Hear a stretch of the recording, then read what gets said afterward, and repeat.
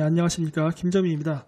오늘은 좀 오랜만에 천문학에 대해서 한번 발표를 해보도록 하겠습니다.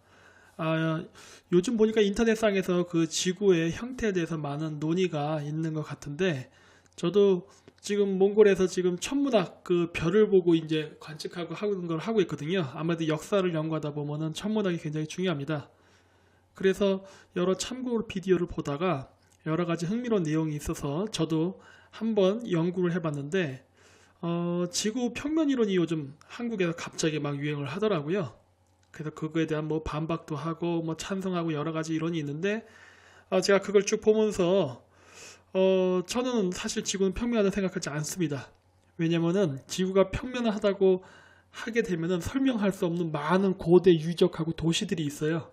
왜냐면 옛날 고대 유적이나 그 도시는 별자리를 본따서 만든 것들이 굉장히 많은데, 그 고대에 만든 것들이 언제 건설됐나를 측정하는 방법 중에 하나가 별자리를 가지고 측정합니다. 왜냐하면은 지구가 태양을 공전하고 마찬가지로 태양은 또 은하계를 공전하기 때문에 우리가 바라보고 있는 하늘의 별자리 모양이요, 과거의 별자리 모습과 지금의 별자리 모습은 다릅니다.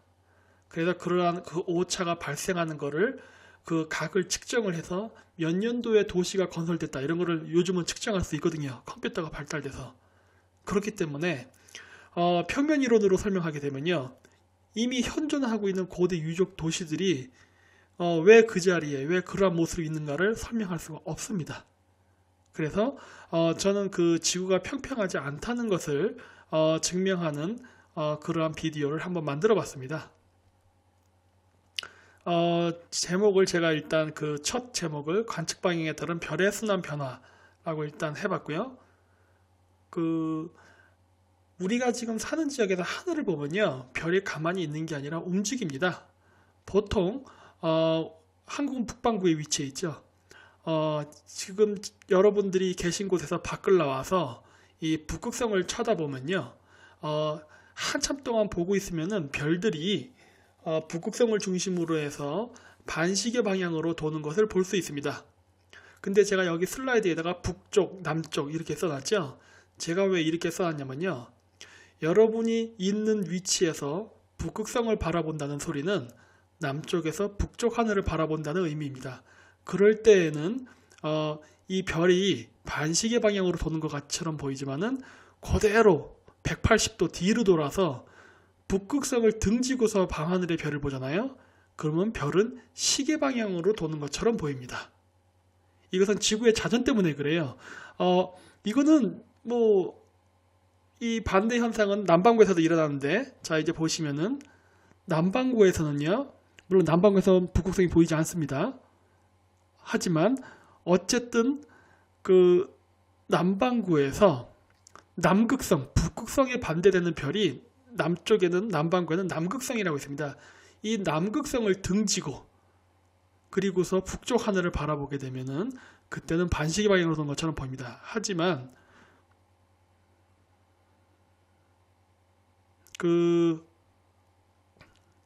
갑자기 거꾸로 얘기하니까 헷갈리네요. 어쨌든 그런데, 그리고 남극성 별을 바라보면요, 시계 방향으로 도는 것처럼 보여요. 이거는 그 지구가 평평하다고 하다면은 이러한 현상은 볼 수 없습니다. 왜냐면은 우리가 바라보는 그 위치가 위아래가 뒤집히게 되면은 그 같은 별자리 모양이 이런 식으로 반대로 도는 것처럼 보이거든요. 자, 그렇다면 이제 흥미로운 건 뭐냐면요, 만약에 우리가 북쪽에서 남쪽으로 별을 본다거나 혹은 남쪽에서 북쪽으로 별을 보는 게 아니라 동쪽에서 서쪽 혹은 서쪽에서 동쪽으로 별을 바라보면 어떤 현상이 일어날까요? 이 보여주는 지금 이 슬라이드는요, 동쪽에서 서쪽으로 움직이는 별자리를 이게 바라보고 있을 때 나타나는 별자리의 모양입니다. 어떻게 보입니까? 일직선으로 움직이는 것처럼 보이죠. 물론 일직선 아닙니다. 이게 크게 보면은 두 개의 원이 겹쳐져 있는 것처럼 보이게 됩니다. 그건 나중에 제가 사진을 보여드릴게요. 그래서 이게 북반구가 됐건 남반구가 됐건 상관이 없습니다. 물론 북반구와 남반구에서의 그 별이 움직이는 방향은 반대 방향이죠. 그러니까 예를 들어서 북반구에서는 남쪽에서 북쪽으로 별을 봤을 때 반시계 방향이란다면은 남반구에서는 시계 방향으로 도는 것처럼 보여요. 이런 식으로 보이는데 북쪽이나 남쪽을 보는 게 아니라 동과 서 옆면을 볼 때에는 북반구가 됐건 남반구가 됐건 별이 일직선으로 움직이는 것처럼 보입니다. 이런 식으로 보여요. 이러한 현상이 있다는 것을 먼저 염두해 두시고 제가 강의하는 다음번 천문 현상을 보셔야 됩니다. 이거 기본 지식이에요. 자, 그래서 북극성 관측을 통한 위도의 측정을 보겠습니다. 이게 무슨 말이냐면요. 우리는 그 밤하늘의 별을 보면은 항상 그 별들이 북극성을 중심으로 회전하는 것들을 볼 수 있습니다. 물론 이러한 그 현상을 카메라맨들이 찍어서 이렇게 원으로 도는 듯한 다양한 그 아름다운 그 별들 움직이는 것에 대한 사진을 찍었죠. 물론 제가 여기서 제시한 사진들은 포토샵 효과를 낸 겁니다. 좀 더 아름답게 보이기 위해서. 하지만 이런 식으로 이런 별들이 움직이는 것을 볼 수가 있는데요. 일단 이 별들을 이해할 때 중요한 것은 위도와 경도입니다. 위도라는 것은 왼쪽 그림에 보이는 것처럼 가로의線을 얘기하는 거고요. 경도는 세로의 선입니다. 경도는요, 현재 세계 표준시가 그리니치 천문대를 기준으로 한다고 하죠. 이 경도는요, 굉장히 정치적으로 정해지는 선입니다. 왜냐하면은 위도는요, 자연 현상에 의해서 그것을 우리가 결정할 수 있지만 경도는 그것과는 별로 상관이 없는 경우가 많거든요. 지금 현재 그 그리니치 천문대를 기준으로 해서 경도가 형성된 것은 예전에 대영 제국이 가장 강력한 국가였기 때문에 그 당시에 대영 제국의 수도인 런던을 기준으로 해서 만들어졌기 때문에 경도가 이렇게 정해진 겁니다. 이것도 이제 뭐 확정됐으니까 지금은 바꿀 수가 없는 거예요. 어쨌든 우리가 얘기하는 모든 위도 경도 할 때 경도, 그리고 표준 시간을 얘기할 때 모든 기준은 오늘날은 그리니치 천문대를 기준으로 합니다. 하지만은 위도, 즉 가로로 그어진 선은 정치적 영향이 없습니다. 이 위도의 결정은요, 북극성하고 매우 관계가 깊어요. 먼저 이거는 여러분들도 집에서 다 할 수 있는 것들입니다. 여러분들이 지금 이거 직각자죠? 직각자랑 각도기만 있으면요, 지금 여러분이 사시는 그 집이 북이 몇 도인지를 대략적으로 알 수가 있습니다. 어떻게 하냐면요, 자, 여기 보시면은 북극성이 별이 있고 그 다음에 각도기가 있죠. 그 각도기에서 자기가 있는 그 지면을 90도 평평하다는 가정하에 거기다가 각도기를 놓고서 북극성을 바라봤을 때 그게 몇 도인가를 측정을 하면요, 그게 여러분들이 있는 위치에 아주 가깝습니다. 물론 여기는 오차가 있어요. 근데 그것까지 뭐 세세하게 하기는 어려우니까 대략 그 정도만 측정해도 여러분이 북이 몇 도에 있는지를 알 수 있는 겁니다. 예를 들어 이 그림 같은 경우는 30이라서 하죠. 내가 지표면에서 북극성을 바라봤을 때 각도가 30도다. 그러면 여러분이 서 있는 위치는 대략 북이 30도입니다. 이런 식으로 해서 그 위도는 우리가 측정을 해서 북이 0도서부터 북이 90도까지를 결정할 수가 있어요. 이거는 그러니까 정치적인 거랑 상관이 없는 겁니다. 뭐 그리니치 천문대 이런 거랑은 상관없는 거예요. 자, 그래서 우리가 그 북극성 별을 바라볼 때는요, 이 북극성의 위치가 북극성의 그 각도가, 우리가 바라봤을 때의 각도가 우리가 지구의 어느 지역에 있느냐에 따라서 달라집니다. 예를 들어서 북쪽에, 그러니까 뭐 북극에 가깝게, 아니면 하여튼 북쪽에 가서 여러분이 북극성 별을 보면요, 북극성의 별이 굉장히 높이 떠 있습니다. 여기 그림에도 보이시죠? 이렇게 되고 남쪽으로 가게 되면은 점점 북극성 별이 아래로 내려와요. 그래서 여기 다음 슬라이드에 보시면은 이게 서울에서 본 북극성의 각도라고 되어 있죠. 서울은 대략 북이 37.57도 정도에 있습니다. 대략적으로요. 근데 이 지점에서 만약에 우리가 북극성을 보잖아요. 그 다음 페이지에서 보는 것과 같이 북극성의 그 각이 37.45도 정도 됩니다. 그러니까 그 앞서 얘기했던 서울 같은 경우는 서울이 북이 37.57도인데 그 우리가 서울에서 북극성 별을 보고 각도를 측정하면 30.45도 돼요. 굉장히 비슷하죠. 그래서 이런 식으로 자기가 있는 부기를 측정할 수가 있습니다. 그리고 남쪽으로 가면은 북극성의 위치는 점점 낮게 내려옵니다. 그래서 예를 들어서 제가 여기다 싱가포르를 써놨는데 싱가포르의 위도는 북위 1.29도입니다. 북위 1.29도라는 소리는 벌써 대충 감이 오시죠? 북극성이 그러니까 북극성을 내가 봤을 때 몇 도 정도에 위치할지를 볼까요? 싱가포르에서 북극성을 보면요, 약 1도 18 정도의 위치에 북극성이 오게 됩니다. 북극성이 우리가 생각하는 것처럼 무조건 하늘 위에 있는 게 아니에요. 남쪽으로 내려갈수록 북극성은 점점 지표면으로 내려옵니다. 그러다가 적도를 통과하면 안 보이게 됩니다. 자, 그래서 이 다음번 사진은 뭐냐면요, 싱가포르 풍골 워터웨이라는 이거 유명한 관광지인데요. 거기서 어느 사진 촬영 작가가 찍은 그 별들의 움직임의 모습입니다. 어떻습니까? 북극성의 위치가 지표면에 아주 밑으로 내려와 있죠. 이처럼 북극성은 그 자기가 있는 위치에서 측정을 했을 때 그 각도가 몇 도냐에 따라서 내가 현재 북위 몇 도냐 이거를 측정할 수 있는 굉장히 중요한 그 재료가 됩니다. 그래서 옛날 때 모든 그 항해할 때 보면 항상 뭐 북극성을 보고 움직였다 이런 얘기 많이 나오죠. 그 이유는 바로 북극성을 알아야 동서남북 방향을 결정할 수 있고, 그리고 그 각을 알게 되면은 항해를 하는데 굉장히 유리한 게 많거든요. 그건 제가 나중에 슬라이드에서 보여드릴게요. 그런데 이제 이게 재미있는 그림입니다. 그렇다면 이제 질문이에요. 적도에서 봤을 때는 어떻게 별이 움직일까 합니다.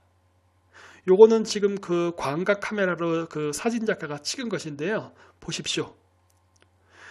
동쪽에서 서쪽 혹은 서쪽에서 동쪽으로 찍었을 때 두 개의 원이 동시에 나타나는 걸 볼 수 있어요. 즉 북극성과 남극성이 지표면에 붙어서 움직이는 것을 볼 수 있습니다.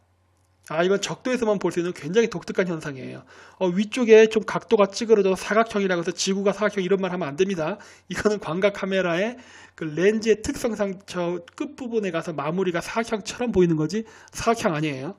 그래서 두 개의 원이 겹쳐진 것 같은 것을 볼 수 있는 현상이 있습니다. 근데 아까 앞쪽에서도 제가 보여드린 그 사진 중에 그 동에서 서 혹은 서에서 동으로 움직이는 사진을 보여드렸을 때 거기 직선으로 별이 움직이는 그림을 보셨을 거예요.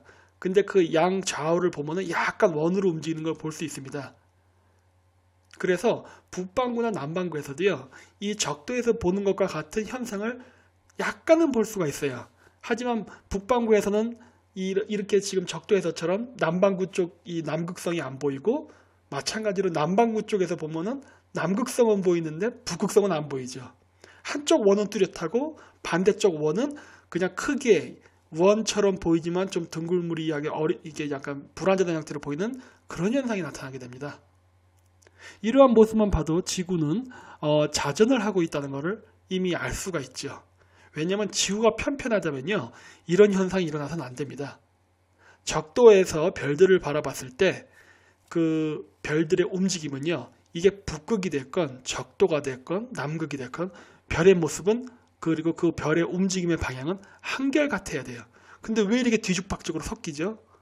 이거는 지구가 동그랗고 적도를 중심으로 해서 그 밑으로 내려가기 시작하면은 북극성이 안 보이고 남극성이 바라보이는 현상이 일어나기 때문에 이런 일이 발생하는 겁니다. 그리고 실질적으로 이렇게 카메라로 찍을 수 있어요. 자, 그래서 저는 현재 몽골에 있는데, 몽골의 위치, 제가 지금 울란바토르에 있는데 울란바토르는 북위 47.91도쯤에 있습니다. 자, 제가 여기서 만약에 북극성 하늘을 바라본다면 어떻게 될까요? 바로 47.51도 정도의 위치에 북극성이 있는 것을 볼 수가 있습니다. 북극성도요, 완벽하게 정확하게 한 가운데 지점에 있는 게 아니기 때문에요, 이 별들이 돌 때 보면 약간씩 도는 그림 느낌, 조그만 원으로 나타납니다. 그래서 이 각도는 미묘하게 흔들려요. 어쨌든 간에 뭐 그런 거를 감안한다 하더라도요, 우리가 그 막대기와 각도기만 있으면은 우리가 북이 몇 도에 있는지는 이렇게 컴퓨터가 없어도 쉽게 알 수 있습니다. 이건 제가 지금 컴퓨터 화면으로 컴퓨터 프로그램으로 보여드린 건데요, 이게 아니라 그냥 여러분이 직접 각도기랑 그 줄자를 가져가서 측정해 보십시오. 이거 되게 재밌습니다. 이거 왜냐면 보이스카우트나 이런 그 옛날 그 누리단 같은 거 그런 소년 그 수련단체 같은 데 가서 산에서 야영할 때 이런 지식을 갖고 있으면요 굉장히 우리가 길을 찾고 하기가 쉽거든요. 그래서 여기 그림에서 보듯이 완전히 우리가 남반구에 서 있게 되면요 그 북극성은 지구에 가려서 안 보이기 때문에요 안 보입니다. 그래서 남반구 쪽에서는 북극성을 바라보면서 방향을 측정하고 이러기 불가능해요. 남극성이라는 별을 따로 봐야 되는 겁니다. 그래서 이거는 뭐냐면은 아까 제가 보여드렸던 울란바토르, 서울, 싱가포르에서 보면은 각각 도시의 위도가 있고 그 위도에서 북극성을 바라봤을 때 그 지표면과 북극성 간의 각도를 볼 수가 있어요. 그 가격에 미묘한 차이가 있죠. 근데 이 차이가 일정하지 않고 이렇게 제각각입니다. 이거는 왜냐하면 각각의 위치에 따른 편차 때문이에요. 적도로 가깝게 가면 가깝게 갈수록 즉 서울에서 싱가포르 이렇게 남쪽으로 갈수록 점점 그 오차율은 줄어들고 북쪽으로 올라갈수록 오차율이 뭐 0.4, 뭐 0.6 이런 식으로 커집니다. 이 얘기는 뭐냐면요. 지구가 둥글다는 소리예요. 이런 공률을 이 오차율을 바탕으로 해서 뭐 탄젠트, 코사인 이런 공식 같은 걸 이용하면요. 지구의 그 둘레가 얼마인지를 계산해낼 수 있어요. 그래서 이런 부분만 봐도요. 벌써 지구는 둥그렇다는 걸 알 수 있습니다. 자, 근데 이제 뭐가 문제가 되느냐? 지구가 평탄하다면요. 절대로 남극에서는 지구가 평탄하다면 호주라던가 남극에서요. 북극성이 보여야 돼요. 아까 제가 앞서 페이지에서 보여드렸던 것처럼 뭐 울란바토르에서 봤을 때에는 울란바토르 도시는 북이 몇 도인데 북극성 볼 때 각도가 몇 도. 서울은 북이 몇 도인데 뭐 거기서 봤을 때 북극성의 각도는 몇 도. 이런 식으로 이렇게 탁탁탁 값이 나와야 돼요. 지구가 평탄하다면. 뭐 아무리 북극성이 뭐 멀리 있다 하더라도 보이긴 보여야 될 거 아닙니까? 뭐 전파 망원경이 뭐가 됐던 뭐 요즘 보니까 뭐 카메라를 뭐 땡겨서 보고 막 한다 그러는데 그런 장비를 이용하셔서 보시면 돼요. 근데 남반구에서는 북극성 별이 안 보입니다. 왜냐면 아까 그 사진 작가가 찍은 거 보셨죠? 적도에서 바라보면요 남극성과 북극성을 지표면에 거의 붙어 있는 상태로 동시에 볼 수 있는데 거기서부터 더 남쪽으로 내려가기 시작하면서부터는 북극성이 안 보이거든요. 그러면은 남극성에 있는 사람, 그러니까 남반구에 있는 사람들이 북극성을 바라보면서 자기가 위도가 몇 도인지 측정할 수 있습니까? 못합니다. 왜냐? 북극성이 안 보이니까. 북극성이 안 보이는데 어떻게 북극성을 보고서 내가 있는 위치에서 각이 몇 도, 이거 어떻게 재요? 잴 수가 없지. 그래서 무엇을 보냐? 남극성을 봅니다. 그래야만 되죠. 물론 어느 날은 인공위성이 있기 때문에 보다 더 정확하게 그리고 컴퓨터를 이용해서 각도를 쟀기 때문에 보다 더 완벽한 지도를 만들었죠. 어쨌든 예전 사람들은 바로 그러한 것들을 기준으로 해서 점점 진짜 지구의 지형에 가까운 지도를 만들게 됩니다. 자, 그래서 이러한 지식을 바탕으로 해서 그 예전에 유럽 사람들은 신대륙 항해를 하게 된 겁니다. 그러니까 예전에는 뭐 지구는 평탄하고 지구의 끝에는 뭐 낭떠러져 있어서 배가 떨어져 죽는 등 이런 얘기가 많았잖아요. 그래서 안 했는데 점점 과학이 발달하다 보니까 이 하늘의 별을 측정하는데 그리고 특히 북극성을 측정하는데 왜냐면 예전에도 북극성은 항상 중심이었거든요. 그거는 꼭 배를 타지 않더라도요. 유라시아 초원지대에서 유목하는 유목민들도 항상 북극성을 보고 움직였습니다. 바다에서 항해를 하나 초원에서 유목을 하나 어차피 떠돌아다니는 건 마찬가지거든요. 그랬는데 이 움직이다 보니까 북극성의 위치가 다른 거예요. 그래서 그런 것들을 보고서 많은 사람들이 야 이거 멀리 가도 죽지 않고 뭔가 더 있지 않을까라는 거를 점점 알게 됐죠, 사람들이. 그리고 이제 콜럼버스가 거기에 대한 과감한 모험을 했고, 물론 그 이전에 바이킹이 뭐 미국대로 갔다는 얘기도 있고 뭐 여러 가지 설이 있는데 우리가 하나 까먹은 거 있죠. 아메리카 원주민이 거기 이미 살았지 않습니까? 그러니까 사실 신대륙은 발견한 건 아닌데 어쨌든 간에 유럽 사람들이 아메리카 대륙을 갈 때 그러한 여러 가지 수천 년 동안 쌓였던 그 항해의 경험, 천문학 측량 기록들 이런 것들을 바탕으로 해서 과감하게 모험을 한 거죠. 그래서 물론 그것이 성공이 됐죠. 그래서 지구는 편편하지 않고 지구 끝에는 뭐 절벽이 있는 게 아니라 연결돼서 하나로 돌아온다는 걸 알게 됐죠. 근데 이제 여기서 그건 그렇다 치고, 그렇다면은 옛날에 컴퓨터라든가 인공위성이 없었던 시절에 우리가 멀리 있는 다른 도시를 어떻게 배 타고 정확히 갈 수 있을까요? 이거 궁금하지 않습니까? 뭐냐 아까 제가 말씀드렸던 그 천문학적 지식을 이용해서 한 겁니다. 즉 여기 화면에 보면 도보하고 뉴욕을 예를 들었는데, 예를 들어 영국 사람들이 도보항에서 배를 타고 미국의 뉴욕항으로 간다고 칩시다. 그러면 어떻게 갈 수 있냐예요.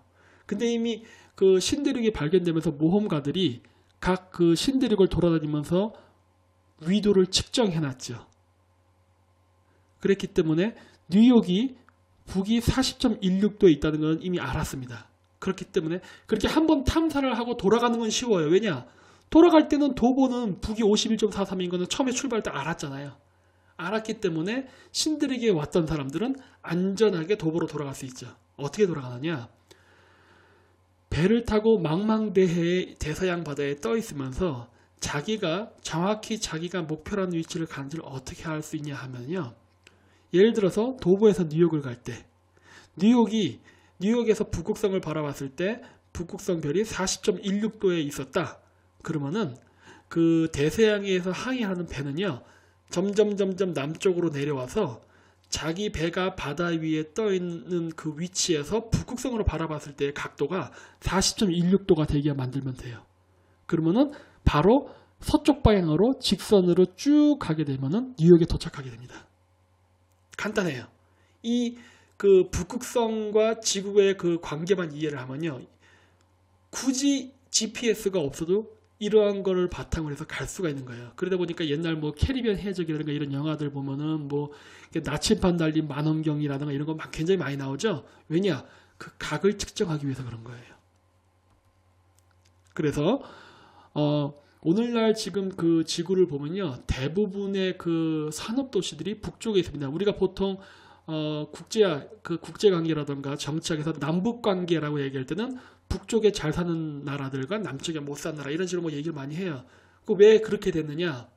초창기 이런 그 간단한 도구를 가지고 북극성을 측정해서 위도를 이렇게 판단하면서 행행했던 시대에 대부분의 사람들이 적도 이하로는 잘 안 내려갔습니다. 왜냐? 남반구에 대한 지식이 없어요. 남반구 밑으로 더 항해를 하려면은 우리가 어떻게 동서남북을 정하고 하는 어떤 그 근거가 되는 기준점이 필요한데 그거 없었거든요. 우리는 늘 북극성만 보고 움직였기 때문에. 그래서 고대 문명이라서부터 해가지고 뭐 우리가 얘기한 4대 문명 얘기하면 그 이전 초고대 문명은 별대 얘기예요. 뭐 어쨌든 간에 4대 문명이 됐던 뭐 모든 문명의 대부분이 북반구에 있었기 때문에요. 우리의 모든 천문학적 고대 지식은 북극성을 중심으로 한 천문학에 그 맞춰져 있었어요. 그랬기 때문에 우리는 적도 이남에 갈 수가 없었습니다. 물론 해안선을 따라서 이렇게 움직이긴 했지만은 예를 들어서 뭐 남아프리카의 요하네스버그에서 갑자기 북쪽에 알래스카를 간다 이런 걸 못했어요. 왜냐? 천문학적 지도, 하늘의 움직임이 어떻게 되는지에 대한 지식이 없었기 때문에.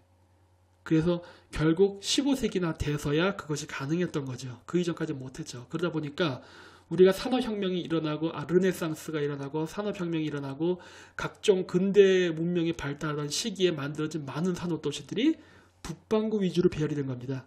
그리고 나서 전 세계적으로 어떤 패권, 경제 패권이라는 게 형성이 돼버렸기 때문에 이전에 인공위성이 떠서 남반구에 뭐 어떻게 별이 움직이는지 다 알아도 이미 기득권을 가진 부자 도시는 이미 북반구에 다 배치돼 버렸어요. 그러다 보니까 상대적으로 남반구 쪽 도시들은 가난한 도시들이 많습니다. 물론 인구는 남반구나 북반구나 별 차이가 없어요. 하지만 대부분의 그 산업 도시는 바로 이러한 과학기술이 비약적으로 발달하던 시기에 우리가 남반부에 대해서는 그래도 잘 몰랐기 때문에 산업도시는 다 북쪽에 만들어지게 된 겁니다. 그리고 후일 아프리카 해안선을 따라서 남아프리카 공화국까지 가거든요. 그러면서 거기 항해사들은 적도를 지나게 되면은 북극성이 아니라 남극성이라는 별이 있고 그 별도 북극성처럼 마찬가지로 기준점이 돼서 움직인다는 걸 알게 됐어요. 그러면서 다시 방향에 대한 감각, 그리고 우주가 어떻게 돌아가는지 순환주기를 바탕으로 해서 다시 동서남북에 대한 정의를 내릴 수 있어서 다시 그거를 바탕으로 해서 세계 일주를 성공하게 되죠.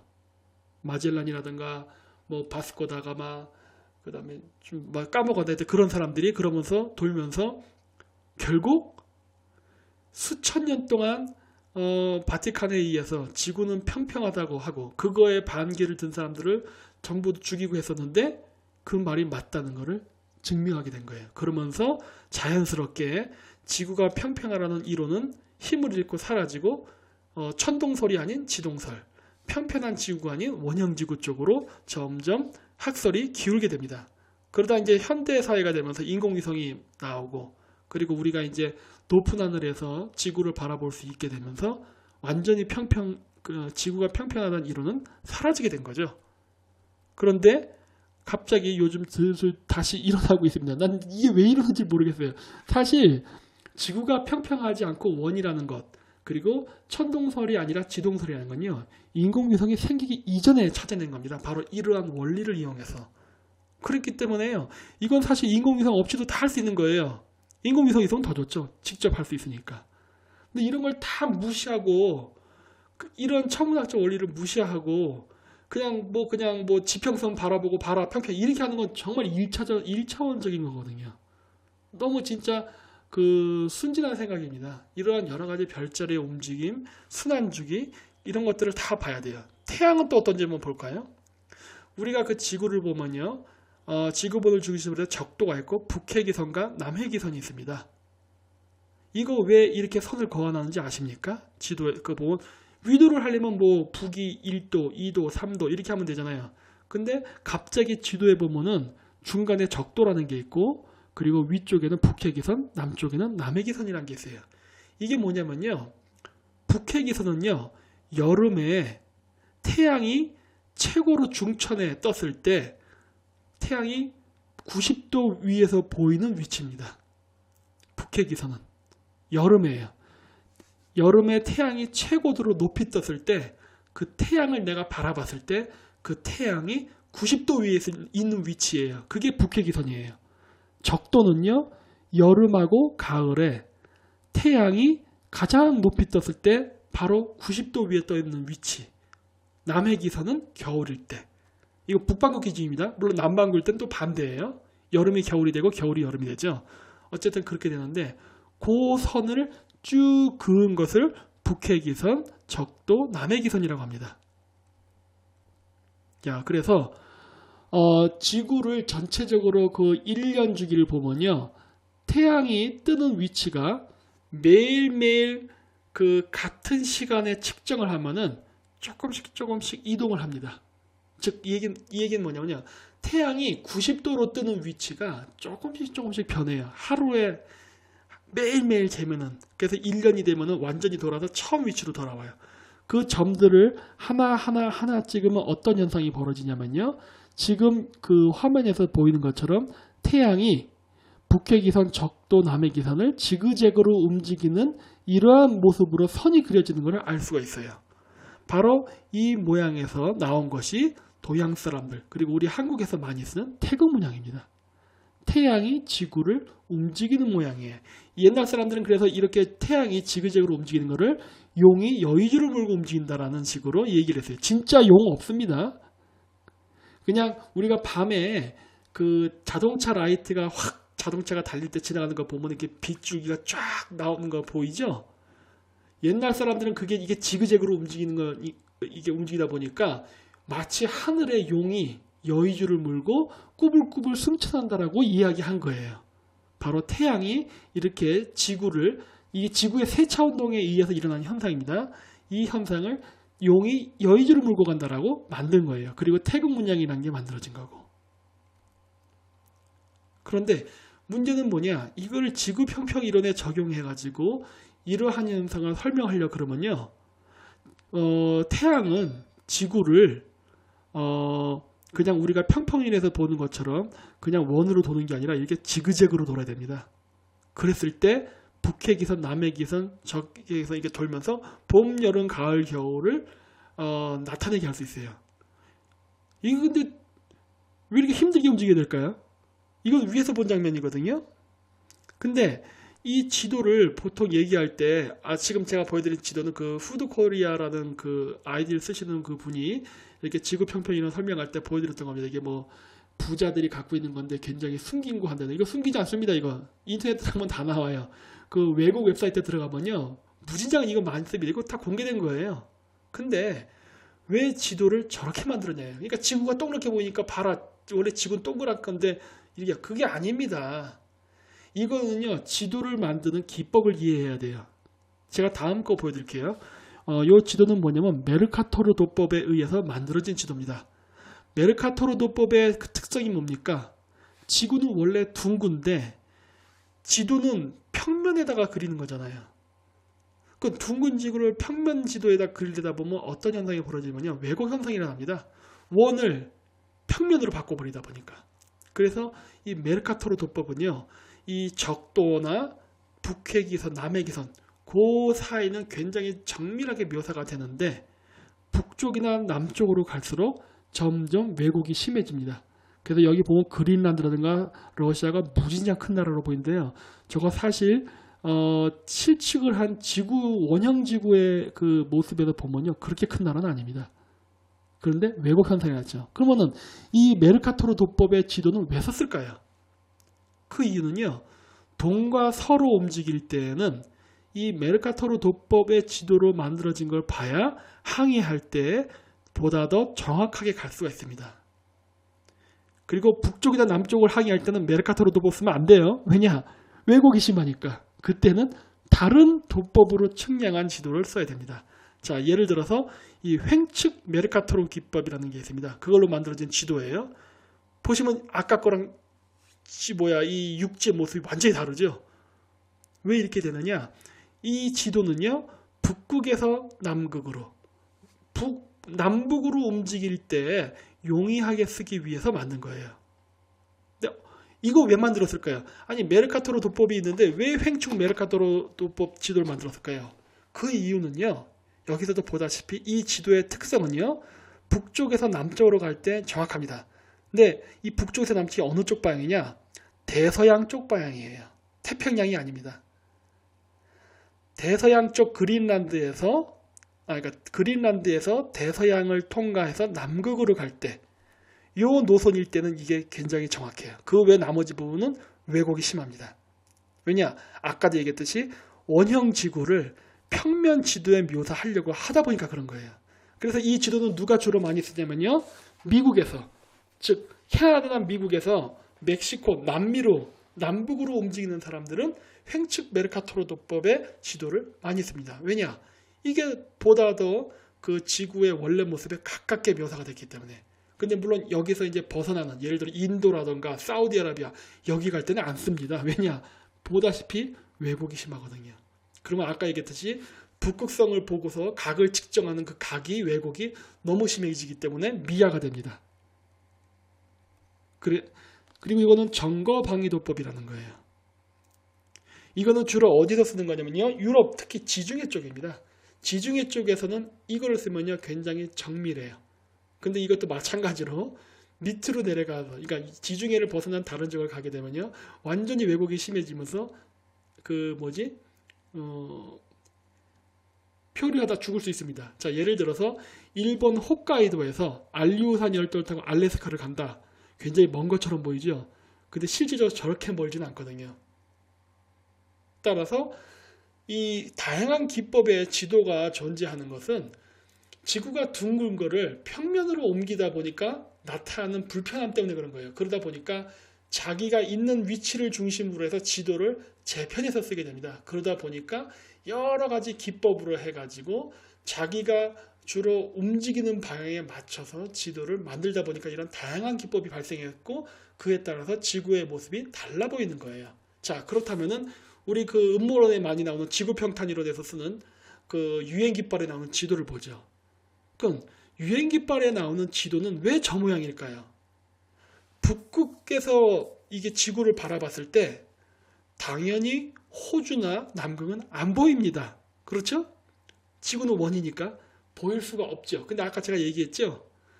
지도라는 거는 원형의 지구를 평면 지도로 옮기는 과정이에요. 그렇기 때문에 북반구에서 봐서 남반구는 보이지 않으나 그거를 뜯어서 펼쳐서 보이게끔 만드는 겁니다. 그래야죠. 메르카토르도 지구는 동그란 거예요. 메르카토르도 법은 적도를 중심으로 본 거고 이거는 북극권을 중심으로 본 것뿐입니다. 마찬가지로 이것도 안 보이는 부분을 펼쳐서 뜯어서 보이게 한 거잖아요. 이것도 마찬가지예요. 메르카토르도 보면 똑같은 거예요. 펼쳐서 보이게 한 거예요. 그러면은 왜 지구의 지도를 그러니까 유행 깃발에 들어가는 지도의 모양을 뭐 메르카토르 도법도 있고 횡층 메르카토법 뭐 기타 등등 여러 도법의 그러한 측량을 통한 지구를 표현하는 방법이 있는데 왜 굳이 이 방법을 썼을까요? 왜 굳이 이 방법을 썼을까요? 이거 정말 쓸데없는 지도거든요. 뭐 쓸데없다고 할 수는 없지만은 왜 썼을까요? 아까 얘기했죠. 메르카토르 도법이라던가 횡충 메르카토르 도법, 정거방위 도법 등등등 여러 지구를 측량해서 표현하는 그 도법은 주관적 목적이 담겨 있습니다. 주관적 목적. 바로 뭐냐? 자기가 있는 위치를 중심으로 세계를 바라보는 거예요.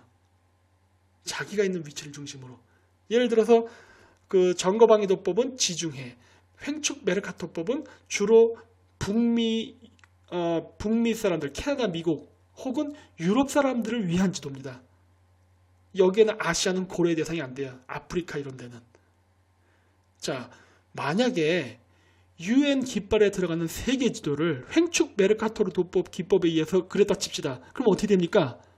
아시아랑 아프리카 사람은 난리를 치겠죠. 야, 우리는 비주류야? 이런 식으로 된단 말이에요. 그리고 메르카토르 도법으로 그리게 되면 어떤 문제가 발생할까요? 마찬가지예요. 북반구 이럴 때는 캐나다, 러시아, 호주, 남 이런 데서 난리가 나겠죠. 야, 우리는 아류고 너희만 중심에 이렇게 된단 말이에요. 그러면은 어떻게 유엔에다가 유엔 깃발에 세계인들의 그 국가를 가장 공평하게 객관적으로 그릴 수 있을까요? 그거는 간단합니다. 북극을 중심으로 그리는 수밖에 없는 거예요. 남극을 중심으로 그리면 안 되죠. 왜냐? 남반구에서 바라보면은 바다밖에 안 보이잖아요. 별로 대륙이 안 보인단 말이에요. 대륙이 다 보이게 해서 그릴 수 있는 방법은 뭐예요? 북극에서 바라본 거를 중심으로 했을 때입니다. 그래서 이 유엔 깃발이 나온 거예요. 이 유엔 깃발에 그려진 지도는요, 가장 정치적으로 중립적인 지도입니다. 우리가 실질적으로 여행할 때 쓰고 이런 개념보다는 그런 정치적인 거를 다 고려해서 만든 게 이 유엔 깃발에 나오는 지도예요. 근데 참 이거를 이해를 못하고 평전지구를 얘기하니까 정말 진짜 황량하죠. 어쨌든 간에 그렇게 되는 겁니다. 결론인데요. 음모론을 이용한 다른 목적이라고 제가 제목을 붙여봤습니다. 자, 그렇다면은 제가 인터넷에 한국어로 나오는 거, 그 다음에 영어로 나오는 거, 이런 것들을 전부 다 봤어요. 다 봤더니 어떤 느낌이 들었느냐? 이게 나치스의 그 선전 방식하고 굉장히 닮았다는 것을 느꼈습니다. 게벨스가 이런 말을 했죠. 100%의 거짓말보다는 99%의 거짓말과 1%의 진실의 배합이 더 나은 효과를 보여준다. 그리고 또 당신이 거짓말을 자주 하면 할수록 대중들은 그것을 믿게 되며 마침내 자기 자신도 믿게 된다. 이게 무슨 말이냐면요. 완벽한 거짓말을 하기 위해서는요.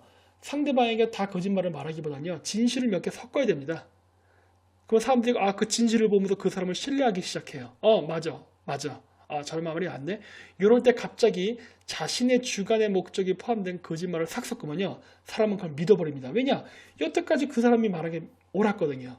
그래서 신뢰감이 쌓였기 때문에 그 중간에 그 사람이 거짓말을 해도 돼요. 그걸 믿게 돼 있습니다. 지구평탄론은요. 그런 기법을 굉장히 많이 쓰고 있어요. 사실 저도 우리 인류가 아폴로 11호를 타고서 지구에 착륙했다고 생각하지 않습니다. 왜냐? 그 당시에는 그 정도의 과학기술이 없었어요.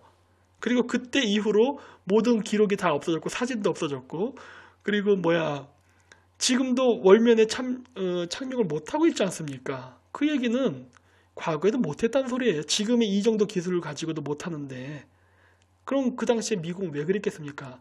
그거야 소련을 쓸데없는 우주 개발에 돈을 다 쓰게 해서 부도나게 만들려고 한 거 아닙니까? 결국 그래서 91년도에 소비에트가 붕괴되면서 냉전 체제가 끝났잖아요. 저는 그러한 정치적 목적이 있었다라고 봅니다. 그리고 케네디 암살 마찬가지예요. 저는 케네디 암살은 그 군산복합체의 그 비즈니스에 희생을 당했다고 저도 보고 있습니다. 왜냐하면 이 사람이 쿠바 침공이라든가 베트남 전쟁을 반대했던 사람이거든요. 그래서 이것 때문에 굉장히 미국 내부 그 정치계에서도 케네디를 왕따를 시켰고, 결국 케네디가 죽고 다음에 나온 닉슨 대통령은 바로 그 다국적 교회의 원하는 대로 베트남 전쟁을 일으켰죠. 그래서 여러 가지 정황적 증거, 그리고 워렌 보고서라고 해서 나오는 각종 보고서를 봐도 이거는 정말 말도 안 되는 암살 보고서예요. 그렇기 때문에 조작의 흔적이 많이 보이거든요. 그래서 저도 그 암살됐다고 생각해요. 9.11 테러 마찬가지입니다. 절대 비행기가 부딪혀서 빌딩이 무너지지는 않죠. 역사적으로 그랬던 사례는 이 빌딩밖에 없었으니까. 특히 7번 빌딩 같은 경우는 비행기도 안 부딪혔는데 그냥 스스로 폭삭망했죠. 있을 수가 없는 일이죠. 저도 그래서 이거는 자작극일 가능성이 매우 높다라고 봅니다. 그런데 이거랑 지구평평 이론이랑 무슨 상관이 있습니까? 지구평평 이론을 얘기하는 사람들의 그 일반적인 그 공식은요, 음모론이에요. 막 여러 가지 막 지구가 뭐 그 뭐지? 이 세상에 이 정치는 어떤 음모 세력이 있어서 그것을 조작하고 조작을 하는 것을 바탕으로 한다. 저도 그렇게 생각합니다. 이 우리나라 지금 이번 최근에 시끄러운 사건 이거 이 최순실 사건도 배후 세력이 있는 거 아닙니까? 그림자 정부가 있지요. 없다는 거 아니에요. 저도 있다라고 생각을 해요. 근데 그거랑 지구평탄 이론이랑 무슨 상관이 있죠? 그거는 그거예요. 그건 정치적 음모예요. 권력자들이 자신의 권력을 유지하고 보다 더 많은 부를 축적하기 위해서 비선 조직 만들고 그 다음에 그 대통령을 허수아비로 만들면서 자주지 흔들려고 하고 있어요. 다 그거는 어느 나라에나 있고 그런 건 있습니다. 공식적으로 말만 안 할 뿐이지. 하지만 그거랑 지구평탄 이론이랑 무슨 상관이 있냐는 거예요. 저는 그건 그거, 이건 이거예요. 지구평탄 이론을 말할 때는요, 지구평탄 이론만 말해야 됩니다. 근데 꼭 지구평탄 이론 보면요, 앞에 이런 음모론들을 쭉 얘기를 해요. 그러면서 봐라, 위정자들은 거짓말을 하지. 그런데 얘네들은 지구에 대해서도 거짓말하다. 이런 식으로 갖다 붙이는 거예요. 여기서 또 오류가 발생하는 겁니다. 그거는 그거, 이거는 이거예요. 그리고 우리는 지구가 둥그런지 편탄한지는 우리가 하늘을 바라보고 천문을 보고서 얘기를 해야 되는 거지, 음모론을 얘기하면서 지구가 편타다 얘기하면 이거 완전히 넌센스가 되는 거예요. 이거는 과학도 아니고 논문도 아니고 논리도 아니에요. 이거는 그냥 이야기입니다. 그냥 이야기. 그래서 그거 안 되는 거예요. 그리고 또 꼭 어떤 얘기가 나오냐면 결론 부분에 가서요, 꼭 신을 믿으라는 얘기가 나옵니다. 이거 말도 안 되는 소리예요. 아니, 지구 평탄을 얘기하다 갑자기 또 음모론이 나오다가 갑자기 또 신을 믿으라냐. 이게 뭔 소리입니까 도대체? 신을 믿으면 지구가 평탄한다는 것을 생각하면 신을 믿어야 되는 거예요? 지구가 동그란지 지구가 평탄한지를 아는 건요, 하늘을 보고 별자리를 보고 이런 여러 가지 천문 현상을 연구를 해서, 즉 과학적 지식을 통해서 얻는 것이지, 신을 믿음으로써 지구가 어떻게 생겼다를 믿는 게 아니에요. 이게 무슨 선사시대 원신 같은 사고방식입니까? 아무 상관이 없는 거예요. 지구가 둥그런지 평평한지는요, 과학적인 측정을 통해서 하는 겁니다. 그거 외에는 어떤 이야기도 여기서는 할 필요가 없는 거예요. 정치적 음모, 그거는 정치학에서 할 얘기예요. 정치학에서 나오는, 국제관계학에서 나오는 정치적 음모론이 왜 갑자기 지구 그 물리학이라든가 천체학 쪽에 갑자기 섞입니까? 그러면서 이게 왜 종교랑 또 엮이기 시작하죠? 이게 되게 이상한 거예요, 이거는 전형적인 괴벨스가 얘기했던 정치선전전설하고 닮아 있는 겁니다. 우리는 과학을 중요시 여겨야지 여기다 음모론과 그 다음에 천문학, 그 종교를 집어넣어서는, 그래갖고서 지구가 평평하다는 것을 증명하려고 하면 안 되는 거예요. 그건 정말 수준 낮은 그 백인들이 하는 얘기입니다. 그래프 보십시오. 이거는 그 대학 그 경쟁률인데, 이거 말고도 뭐 교육열, 기타 등등 여러 그 교육 순위가 있는데요. 거의 한국이 1등 아니면 2등입니다. 한국이 물론 미국만큼 창조적인 어떤 창의력을 발휘하는 교육은 잘 못 받았어요. 그래서 그런 것들은 여전히 못해서 우리가 노벨 물리학상 이런 건 못하지만은 국민 전체적인 평균적인 지식이라든가 그 교육 수준은요, 미국이라든가 유럽의 백인들보다 훨씬 높습니다. 미국도 보세요. 한국에 비하면은 그렇게 높은 편은 아니에요. 우리가 정말 높죠. 야, 나도 이런 그래프 찾아보면 깜짝 놀랐어요. 그러니까 우리는 제가 이 얘기를 왜 하냐면요. 우리는 지구가 둥근지 편편한지를 알기 위한 그 공부, 연구는요. 뭐 꼭 노벨 물리학상을 받을 만큼의 천재적인 두뇌를 안 가져도 된다는 걸 말하고 싶은 거예요. 우리 정도, 적어도 전 세계에서 교육 수준이 가장 높은 대한민국 사람 정도라면은 그 정도의 평균 지식을 가지고도 지구가 둥글다는 것은 충분히 알 수가 있어요. 그런데 우리는 이런 것들을 스스로 연구해서 밝히려 하지는 않고 그냥 편안하게 인터넷에서 그냥 클릭해가지고 동영상 몇 개 보고서 그냥 그걸 믿어버리면요. 그건 정말 바보 같은 겁니다. 그게 바로 정치인들이 원하는 우민화 정치예요. 지구평편으로 해서 얘기하는 그 음모론자들, 그 사람들이 원하는 삶의 방식입니다. 그냥 보고 믿고 따르라예요. 여러분들은 그렇게 되면 안 되죠. 특히 평편론을 믿는 사람들일수록 음모론 좋아하는데 음모론 좋아하는 사람들이 그런 식으로 속아 넘어가서야 되겠습니까? 본인이 직접 확인하고 연구하고 측정하고 그리고서 그 결론을 도출해내야지. 예? 잘 보세요. 이 평편론은 그 기독교가 주장하는 내용입니다. 물론 사실 기독교 것도 아닙니다. 원래 이거는 그 고대 바이킹 전설에도 나오고 그 다음에 그리스 프톨레마이오스 시대 때도 이미 있었던 내용이에요. 이거를 나중에 기독교 신자들이 차용해가지고 자기 거에다 집어넣은 다음에 이거를 기독교적 세관이라고 말하는데 물론 그것도 웃긴 얘기지만은 이거 기독교적 사상을 바탕으로 해서 오늘날 지구평평 이론이라는 게 성교의 수단으로 쓰인다는 건 더욱더 말이 안 되는 거거든요.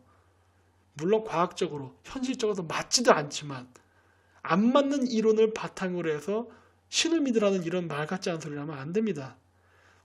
이 인류가 기독교가 퍼져가지고 얼마나 많은 사람들이 죽었습니까? 전 유럽의 그 켈트족들이 로마 제국의 군발 아래 짓밟히고 강제 개동을 당하고 안 하면 죽여버렸죠. 남아메리카, 북아메리카 인디안 다 학살당했죠. 지금도 아프리카, 그 다음에 시리아에서 벌어지는 모든 전쟁은 종교전쟁 아닙니까? 왜 우리는 자꾸 그런 원시적인 종교를 믿으면서 그 사람을 학살하는 그러한 현상을 발휘해야 되죠? 우리가 오늘날 21세기에 필요한 건요. 종교가 아닙니다. 과학이에요. 그리고 철학입니다. 보편적인 도덕적 가치관을 가진 철학이에요. 이거를 발전시켜야지 우리 인류가 전쟁을 안 하고 그 번영을 할 수 있는 거예요. 과거에 그런 원시적인 사고방식을 가지면요. 우리 또 싸우게 됩니다. 그래서 우리는 그러한 그 진보적인 생각을 갖지 않고 과거지향적인 태보적인 종교관을 가지게 되면요. 우리 인류는 지금 이상 발전할 수가 없어요. 우리는 이제 우리 스스로 DNA를 가지고 우리와 같은 인간을 창조할 수 있는 정말 신의 영역에 들어설 수 있을 정도로 과학이 발전했단 말이에요. 이제는 우리가 스스로 신이 되는 겁니다. 근데 이거는 굉장히 위험한 것이기도 해요. 왜냐? 우리 인류의 이 정신, 머리는 지금도 특히 과학이 발전된 나라가 그 주로 미국이나 유럽이잖아요. 특히 미국이잖아요. 근데 이런 과학이 발전된 나라, 신의 기술을 가진 나라들의 이 뇌는 2000년 전의 원시인의 수준이에요. 이거 진짜 위험한 원숭이한테 총 갖고 들여준 것과 똑같은 효과 아닙니까? 그렇기 때문에 우리가 이런 엄청난 과학 기술을 핵 개발이라던가 환경 파괴라던가 DNA 조작을 통한 노예 같은 인간의 양성 이런 것들을 하지 않기 위해서 필요한 건요. 도덕적 철학이에요. 종교가 아닙니다. 더 이상 종교는 이런 것들을 할 수가 없어요. 그렇기 때문에 우리는 이러한 것들을 깨닫고 빨리 어떻게 이러한 것을 할 수 있나를 연구해야 되는 겁니다. 그리고 그 자리에 종교가 설 자리는 없습니다.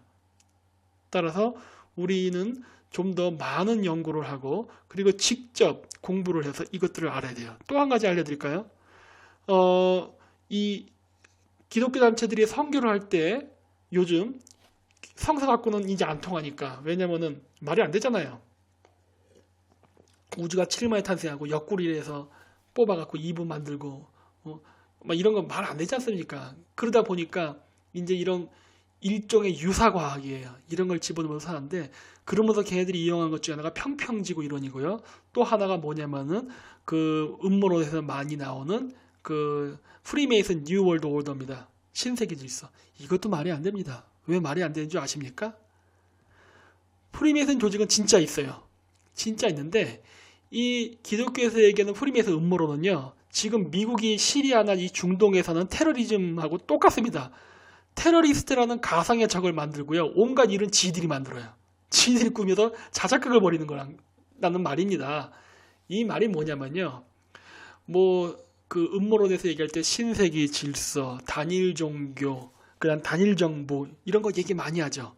근데 지금 개신교가 추구하는 게 뭡니까? 전 세계를 기독교로 통합시켜야 된다. 그리고 기독교를 중심으로 하나님의 왕국, 이게 바로 단일 정부죠.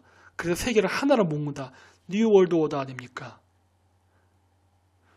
적들이 그런 걸 한다라고 막 선전을 하면서 선교 활동을 하면서 자기네들이 그 짓을 하고 있어요. 이게 뭔 짓이에요? 이상하지 않습니까? 마찬가지입니다. 미국이 존재하지도 않는 냉전 시대 이후에 존재하지 않는 적이 있어야 군산복합체가 돈을 버니까 만들어낸 게 뭐예요? 테러리즘 아닙니까? 막 아랍 애들이 테러를 한다 뭐 하면서 결국 지들이 다 하잖아요. 자기네들이 터번 둘러쓰고 뭐 알라 아크바 이런 거짓말 말도 안 되는 아랍어 써가면서 테러 활동하면서 이슬람 했다고 뒤집어 씌우고서 공격하지 않습니까? 이와 똑같은 짓을 개신교에서 한다는 겁니다. 자, 결론입니다. 제 말은 뭐냐면요. 지구 평평 이론을 얘기한 사람들은 대부분 기독교 신자들인데 이 지구 평평 이론의 주요 골자 내용은 뭐냐? 앞에서 음모론을 얘기 많이 합니다. 세계 정부, 단일 정부, 단일 화폐 이런 얘기 막 해요. 이런 문제점이 있고 정치인들은 썩었다. 그리고 나서 이 사람들의 거짓말 중에는 지구 평평 이론도 있다. 얘기하고 결론은 뭐야? 예수 믿고 천국 가세요. 근데 이 이론 속에는 아까 얘기했듯이 모든 게 다 들어갔습니다. 그 사람들이 비난했던 프리메이슨들의 신세계 질서, 단일 정부, 단일 종교, 기독교가 그럼도 추구합니다. 그렇죠? 그리고 아까 얘기했던 지구 평평 이론을 얘기하면서 신을 믿으라고 하는 선교 활동. 그러면은 개신교가 프리메이슨 아니에요? 그렇게 얘기하면은 그런 결론밖에 안 납니다. 왜냐?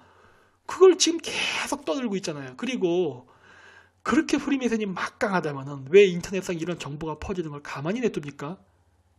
정보를 다 끊어서 없애버려야죠. 삭제를 해버려야죠. 삭제를 하지 않고 이런 정보 이제 인터넷 그냥 유튜브에 가서 뭐 일루미나티, 뭐 컨스피러시 시어리, 뭐 프리메이슨 이런 거 치면요 그냥 정보가 우두두두 쏟아져 나옵니다. 그리고 그거 다 보면은 마지막에 예수 믿고 천국 가세요 이 얘기예요. 와 그러니까 그걸 보면도 이게 프리메이슨이 존재했다면 이런 거 자체를 아예 없애버렸겠죠. 아니 다 통제한다면서. 근데 이게 왜 이렇게 막 퍼지고 그냥 아무데나 가면 다 있을까요? 그거는 역정보라는 소리입니다. 한마디로. 그래서 제가 하고 싶은 말은요. 제발 그냥 인터넷에 텔레비를 안 본다고 해서 여러분이 세대 안 당한다고 생각하십니까? 인터넷에는 역정보가 없다고 생각하세요?